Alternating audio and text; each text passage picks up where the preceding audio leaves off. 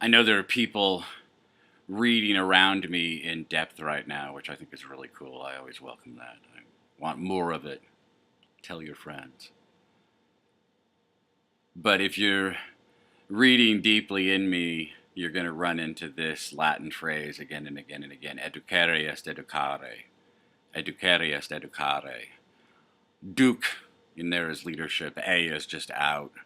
A is E. So these are two ways of understanding the word education in English. But educare, to bring up, educare, to bring up, to bring out. To bring up is to bring out, is what that phrase means. That's the way I would translate it. To bring up is to bring out. But educare means to cultivate in the sense that you would cultivate a plant. So rather than trusting a plant to grow where it does, how it does, to grow like a weed, as it were, you cultivate it, you lead it in its growth so that it achieves its maximum potential. This is what farmers do. This is cultivation. This is husbandry, the husbandry of plants. To bring up, educare, to bring up. Educare is to bring out, literally to lead out, as you might lead someone out of a cave or lead someone out of a prison cell. To bring out. To bring up is to bring out. Educare est educare, and I love it, I love it, I love it, and I love Latin because it's so poetic. I mean, just the words are poetic. Forget the poetry in Latin, just break down the words and you always find poetry. My pet Pokemon sound would be the four principal parts of the verb to know. Skio, skire, skiwi, skitum, skio, skire, skiwi, skitum. That's what my Pokemon says. But the ska, SC sound, ska in skio is becoming, the idea of becoming. So to fluoresce is to begin to glow, to iridescent, a word I play with all the time. It describes a sparkling glowingness. But you come to glow, that glowing in fluorescence is a coming because of the ska in there. And wherever you see ska in English, in words that are derived from Latin, either directly from Latin or by way of French or other languages, you're hearing the idea of becoming. So skio is becoming plus eo is the form to be. Literally, I am coming to be. Skio, I am coming to be. Just beautiful. I know. It literally means I know, but it breaks apart to I am coming to be. And what a beautiful way to describe the acquisition of knowledge. I am becoming more of what I am by coming to be. I am ever more coming to be. But in any case, educare est educare is beautiful to me and plausibly to no one else. And I hit upon last Saturday an alternative that I like a great deal, and the words are cultivation is expectation. And I'm literally translating those two words, educare and educare, into what I mean by them. To bring up is to bring out, but to cultivate is a consequence of having expected the propitious achievement of that cultivation. Cultivation requires belief. Cultivation is an act of faith. I think that's interesting. Cultivation is an act of faith. You believe that if you do just the right things at just the right time, and you believe that if nature cooperates in just the right ways at just the right moments, that your crop will come in and you will be able to harvest and sell it and live for another year. Based in knowledge, certainly rooted entirely in existential reality, you're wishing, hoping, and dreaming and praying won't change a thing. You cannot pray for rain. But nevertheless, your plans for that harvest are all a matter of hopes and dreams, and it's the hopes and dreams that keep you working. I talked about this in the Emily Brownbank's story that Willie wrote a few weeks ago. That shaling is what gets the work done. It's the wish and hope and dream and pray and wanting, desperately wanting what you want, that gets you to get out of your chair, get out of your bed, get off your ass, and get to work. And without that shaling, without that wish and hoping and dreaming, you will not get to work. It won't happen. And in the same respect, cultivation of children is a result of the expectations of their parents. And if parents have very high expectations of their children, both ultimately someday when you get out of grad school, son, or someday all this will be yours, not 20 years from now, but today, expectations today. How will you behave yourself today? How will you comport yourself, and how will I respond to you? How will I respond to your behavior in such a way that I am cultivating you in our every interaction? There's so much that I could go into here. Everything that we've talked about over the last, how long is it? More than 2 years. Transactions, interactions, currencies, all of the dis stuff that we've talked about, all of the fatherhood, parenting, childhood stuff that we've talked about, all of that goes into and I guess really that ultimately is my point, that cultivation is expectation, is the magic beans, the secret sauce, the final perfect formula to everything. Do you want sane, civilized, normal, productive, cooperative, romantically loving, and storgically loving adult human beings who marry at an appropriate age, begin to have children in good order, have a significant number of children, and raise them to be the same kind of adults? Do you want generation after generation of civilized middle-class people who do their very best at what they do, constantly work to get better, and strive to cultivate their children in such a way that their children will be even better in due course? Is that what you want? Is this the victory condition of political philosophy? I'm not terribly interested in political philosophy. I tell you that again and again and again. I'm interested in moral philosophy, and the reason that I'm interested in moral philosophy is because that's what we're talking about. The political philosophy that you want to see expressed by other people is a consequence of their moral philosophy, and accordingly, we need to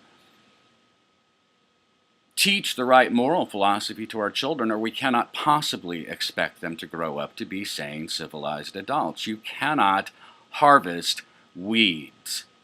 You cannot profit from the fruits of weeds. Weeds produce no fruit. Weeds produce no wealth. Weeds reproduce with want and abandon, but what they raise are more weeds.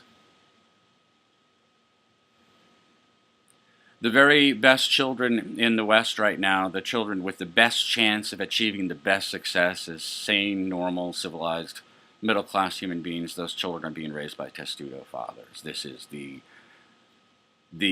practical implementation of the secret sauce is a testudo father. The farther a child is from that kind of rigorous, fully confident, male-led fatherhood, the farther a child is from that kind of testudo, hoplite fatherhood, the more likely he is to grow up as a weed. The children who are growing up with no fathers are obviously the most weed-like among our children, but all American children, all children of the West are infested with weediness in one way or another, except for the very most serious of testudo families, who manage to shield the children from the most pernicious influences of modernity. These are the only children who are going to grow up to be civilized without being kicked around by life for 10 or 15 or 20 years. You should be an adult at 20. A badly reared child will be an adult at 40, and a weed will be a child forever. Will never be an adult. Will never grow up. The children most likely to grow up are the best fathered children, and the secret sauce, the solution to our problem, is not converting adults. You can't convert adults. You can't change their fundamental habits. You certainly can't expect to significantly change their disc profiles. You could argue that someone can change his disc profile over time through the consistent practice of new habits, but you can't do any of that from the outside. That has to be initiated from the inside as a persistent, consistent, rigorous, vigorous act of self-improvement, or it will not happen at all. You cannot fix adults.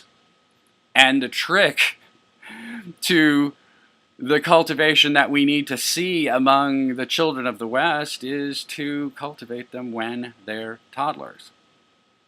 To cultivate them as much as you can when they're toddlers. And of course, this is what the parents with high expectations are doing. They don't kick in at 5 or 7 or 15 or 18 and say, okay, buddy, get busy, be a fully grown, fully self-responsible adult human being. No, they are working on their children continuously from the very beginning. And the question then would be, what can we do about the children who are not getting that kind of attention, who are not getting that kind of high expectation from their parents? And the answer is, provide it yourself. Ad hoc, when you can, as much as you can. The Koch brothers political network had a meeting this weekend where they discussed distributing $300 million or $400 billion. I promise you, every dollar of that money will be wasted because it will all be spent on trying to fix adults, and you cannot fix adults. But what you can do is take children who are not hearing anything at all about the benefits of a driven, sociable approach to life, not hearing anything at all about the benefits of thriving, of delighting, of being joyous, of dancing, of pursuing splendor in life. You can talk to those children and you can influence them.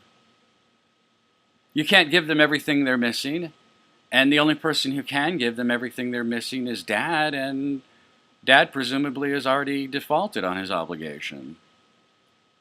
But you can make up for it to some degree. You can provide some prosthesis, you can provide some help, and you can show children that there is another way to live. One of the most important things that parents strive mightily to forget is that their children are individuals, that infants, babies, toddlers, all mammals to one degree or another, and not really persuadable, because persuasion requires conceptual fluency. But as soon as a child begins to reason in abstractions, as soon as a child is capable of conceptual fluency, as soon as a child has informed discretion, free moral agency, as soon as a child is a human being, which is what a child is a human being, not a mammal, more than a mammal, as soon as a child is a human being, he's an individual, and he is separately persuadable. You can peel him off from the bad influences around him by showing him better influences.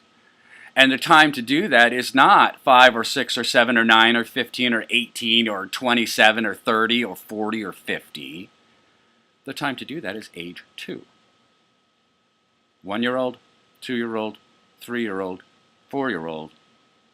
Those children are influenceable in a way that no child who has woken up to conceptual fluency, no child who has woken up to his own humanity, is influenceable in that way ever again. That if you want to cultivate, or help to cultivate at least, children who are growing up as weeds, it's easily done. All you have to do is share your values with them. And I don't mean in any kind of didactic or preachy way. To the contrary, just show them the delight that you take in your own life. Show them your productivity. Show them the results of your efforts. Show them that when they've achieved something great that you admire and appreciate it, tell them that the purpose of human life is thriving, that your purpose in life is to thrive. Your purpose in life is to experience that state of undiluted delight that you feel in those moments of triumph. Your purpose in living is to feel so many of those moments of triumph that there seems to be no interruption between them. No sadness, no sorrow, no fear, no pain, no doubt, no guilt, no remorse, nothing but joy. And you're going about it the right way. Keep it up. I think you should do that all the time with every child that you see. You should be going out of your way to share the interior delight that you feel by pursuing your own values in order to demonstrate to children that this can exist, even if they're not seeing it at home. You want to change the world for 2-year-olds. They'll do all the rest of the work eventually. But if you don't get them then, you'll never get them later. This is the Church of Splendor. I am full of splendor today. I hope you are too. Share that with your friends too. I'll talk to you next week.